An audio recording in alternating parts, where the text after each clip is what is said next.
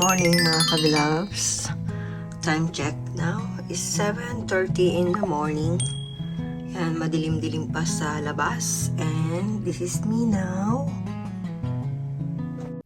So this is me now trying to be productive. Okay, so this is me now. Nakita ko kasi yung sarili ko, sobrang stress. And ayoko namang makita nyo ako sa ganong sitwasyon ng aking buhay.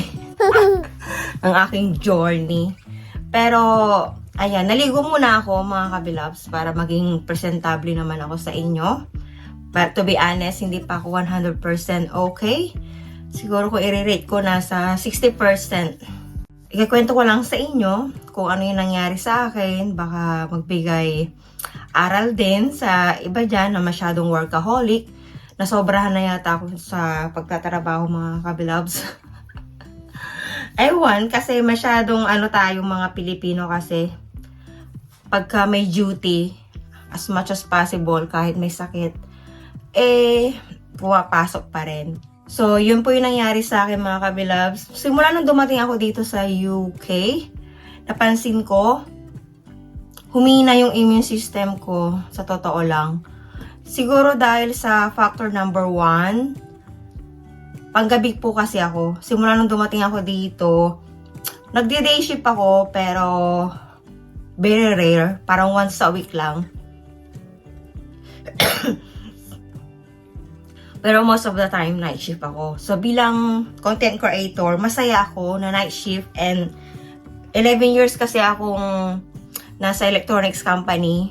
So, sa electronics company, lagi kaming night shift doon. Day and night.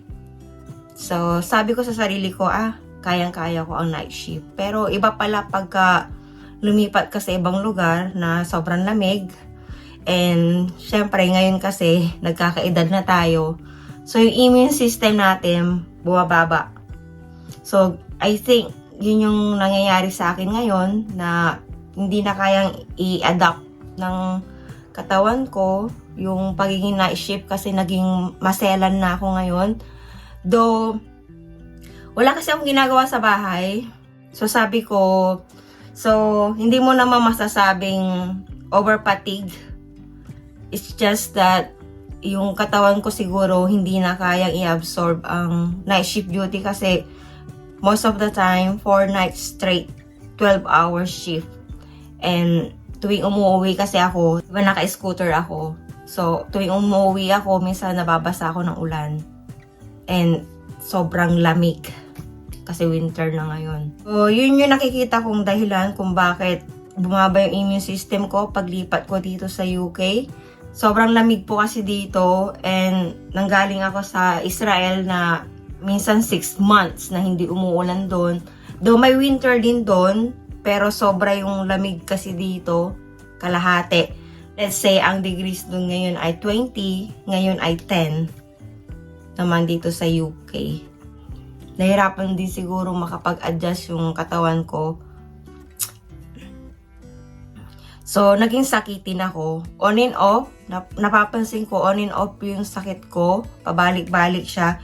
Gagaling ako, and then, pabalik na naman siya. Siguro dahil hindi ako nagpapa-check up. Every time kasi na nagkakaubo ako, nagkakasipon, nagsi-self-medicate lang ako. Hindi ako pupunta sa GP. So, naalarma lang ako nitong Sunday. Pinilit kong pumasok sa work. Kasi, hindi yun first time Lagi ako pumapasok sa work na merong sakit. Pero, nakukuhanan or umaayos ako kapag umiinom ako ng gamot. Yun yung napapansin ko. So, nasanay na ako na iinom lang ako ng gamot and then magiging okay din ako. Pero nitong Sunday, iba yung effect sa akin. Sobrang kati ng lalamunan ko, dry cough, or dito ang pronounce nila cough. Sobrang dry na parang pag umuubo ako hirap na hirap yung kasama ko. Sabi niya sa akin, awang-awa ako sa'yo kapag umuubo ka kasi parang dinadalahit yung parang nagagasgas. Kasi ko nga ang pakiramdam ko nga may gasgas na. May gasgas na yung lalamunan ko kasi sobrang kate, di ba pag sobrang kate na lalamunan mo, kailangan mong iubo. Pero pag inuubo mo, wala. So, sobrang dry siya. Dry and itchy.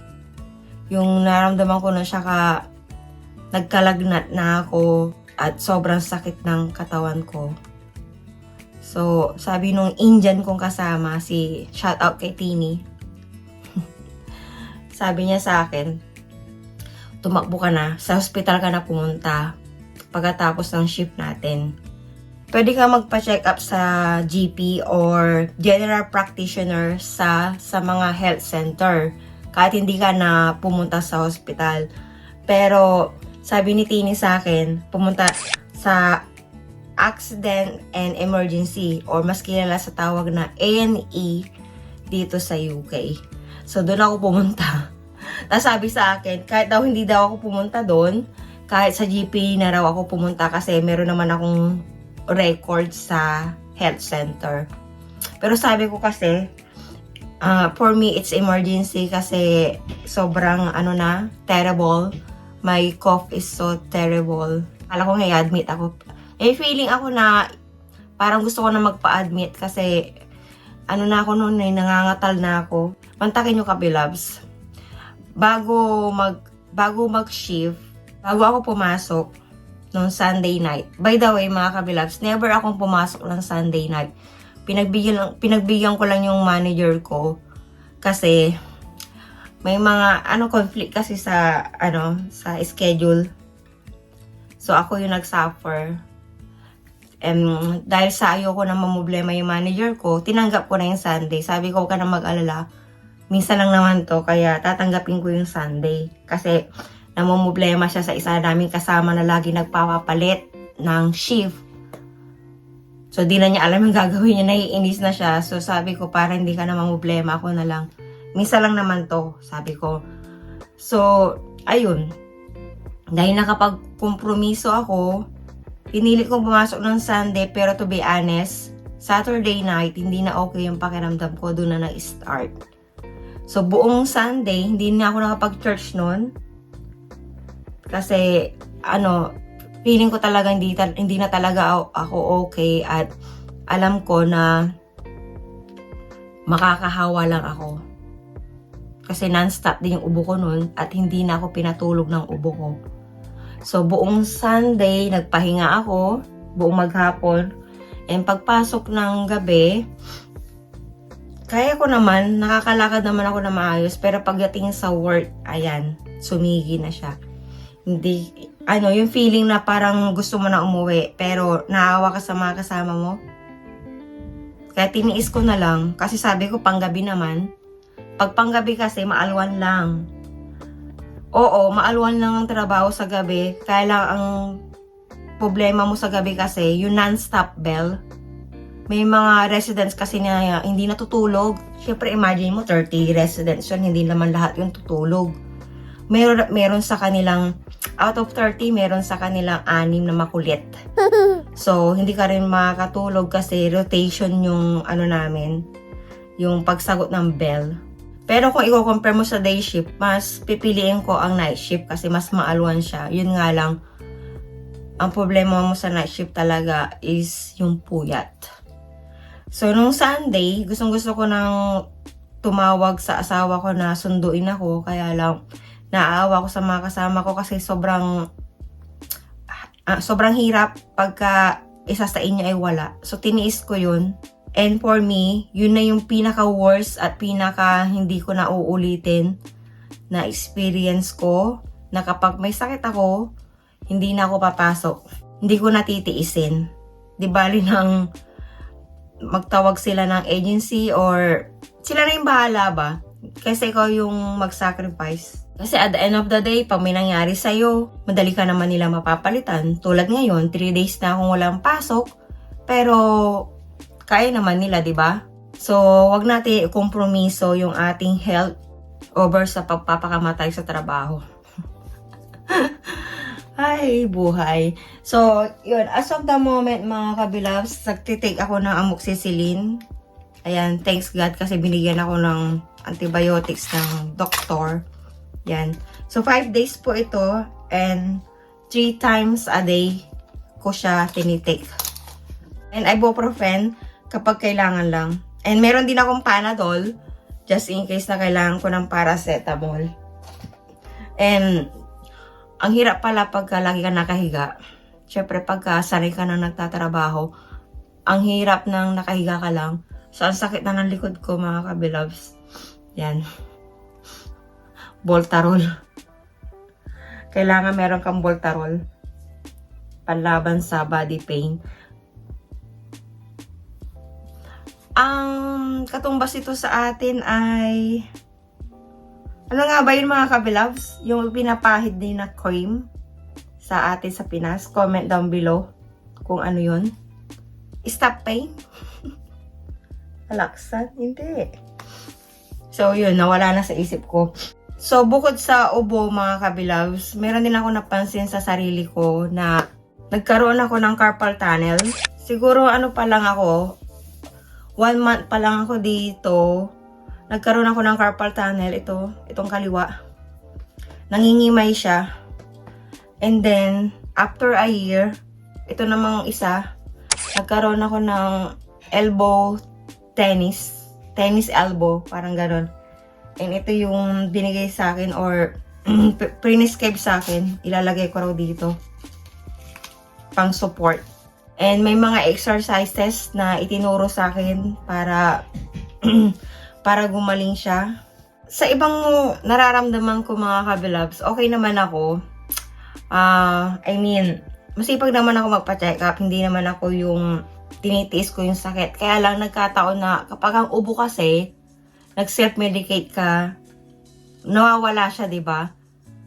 Kaya lang ang naging problema ko, 3 months na siya, pero pabalik-balik, on and off. So, doon na ako nagpa-check up kasi hindi na siya normal na bakit ganun, bakit pabalik-balik siya. And yung dati kong gamot na iniinom na pag isang take ko lang siya, gumagaling na agad ako. Ngayon, hindi na. Yung Bronchostop. Dati, pag nagtitake kami noon, gumagaling na agad kami. And by the way, mga kabilabs, ngayon, nahawaan ko na yung mag-ama ko. Nakukonsensya nga ako kasi nga, pati yung anak ko ngayon ay may sakit na rin siya. So, buti na lang wala na siyang pasok sa school niya. Nag-end na nung Monday. And nahawa siya kahapon, Tuesday. So, ayun mga kabilabs, I'm trying to be productive as much as possible. Kasi, nangihinayang ako sa oras na lumilipas. Marami akong gustong gawin. To be honest, ang dami kong mga vlogs na vlogs pa rin. Ang dami kong mga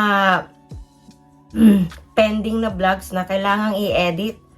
Kaya lang paano ako makapag-edit kung masama yung pakiramdam ko. Wala ako sa mood. Ngayon sana yung best time na bumawi sa inyo. Sobrang dami kong gustong i-share. Mga realization kasi nga matatapos na yung 2024 and ano yung nililook forward ko and maging or baka kayo din ano yung pwede yung ano yung nililook forward nyo, vice versa, baka pwede tayo magpalitan ng mga realization ngayong 2024. So I hope bago matapos ang 2024 or first week of 2025, ma-share ko sa inyo. Gusto ko yung sana makapag heart to heart talk tayo. Ang hirap kasing pagsabayin mga kabilabs ang trabaho at pagiging content creator. So, bago ko nga pala i-end tong vlog mga kabilabs, I'm so thankful talaga sa management namin kasi nakita niya ako nung Monday, ng umaga. So, pumasok na yung manager namin. Nakamas ako. Buong magdamag ako nakamas kasi nga, diba, nag-uubo ako. And, by the way pala mga kabilabs, yung mga residents, sabi, oh, your cough is so bad. Sabi nila, mga OA. Natakot din sila mahawa. Sabi ko, don't worry. Nakamas ako. Tsaka nagtitake ako ng medicine, sabi ko. Manager. Hindi ko na sabihin pangalan. I'm not well. Sabi ko, I just forced myself to come here last night. But to be honest, I am so weak. Nakikiusap sana ako na hindi ako papasok mamaya. Hindi pa ako tapos magsalita. Sabi niya, oh, okay lang, huwag kang pumasok mamaya. Kukuha na lang ako ng agency. Tapos, sinuggest niya na, gusto mo ba ibawas ko na lang sa annual leave mo? So, anong nangyari? Bayad pa rin. Yun ang situation namin dito sa private nursing home. Wala kaming sick leave. Annual leave lang kami, bayad, pero wala kaming sick leave. Unlike kapag ka sa government ka nagtatrabaho, meron kang sick leave doon. So, ayun, thankful pa rin ako na kahit na hindi ako nakapasok ng 3 days na, pang 3 days na mamayang gabi, bayad pa rin naman yung 2 nights ko. So, hindi naman masyadong masakit sa bulsa pag nagkataon. I hope may natutunan kayo sa vlog ko today na kapag may nararamdaman kayo, huwag nyo pilitin yung sarili nyo and magpa-check up kayo as soon as possible. So, that's it mga kabilabs. Gusto ko lang kayong i-update and today is December 18. Malapit na ang Christmas! So, that's it mga kabilabs. I feel na unti-unti nang bumubuti yung pakiramdam ko. And gusto ko lang kayong i-update. And baka magsilbing aral din sa inyo na kapag may nararamdaman kayo, magpa-check up na agad kayo sa GP. Though, dito sa England mga kabilabs, kapag ka nagpa-check up ka, meron kayong bayad. I mean, kapag nagpa-check up kayo, walang bayad. Pero pag niresetahan na kayo, piniscribean na kayo ng gamot like amoxicillin, like something else na gamot na pwede makatulong sa nararamdaman nyo, may bayad. Pero I heard, dyan sa Scotland, walang bayad. Is it true? Could you emphasize us na mga nasa Scotland? Na totoo ba na kapag halimbawa may migraine kayo, sa tansyan nyo, pag nag-prescribe ba sila ng gamot sa inyo ay libre na. Dito po kasi sa England may bayad. So, ayun. I just heard that. So, I just want to clarify sa mga nandyan po sa Scotland. And, yeah. Thank you for watching. And I hope to see you again very soon. God bless you all. Bye. Thank you for watching. Anyway, before we end this video, Christmas is coming! So, sa mga gusto po umorder ng lechon belly, ililink ko po sa description box below kung saan po kayo pwede umorder. And guess what? Pwede po kayo maka-discount ng up to 10% off in every order nyo po. And ito po ay free delivery and free of charge. Door-to-door po ang delivery po nito. Kaya wala na po kayong iintindihin, straight to your door ang delivery nila and anywhere in the UK. Happy Holidays, Merry Christmas, and Happy New Year mga kablabs!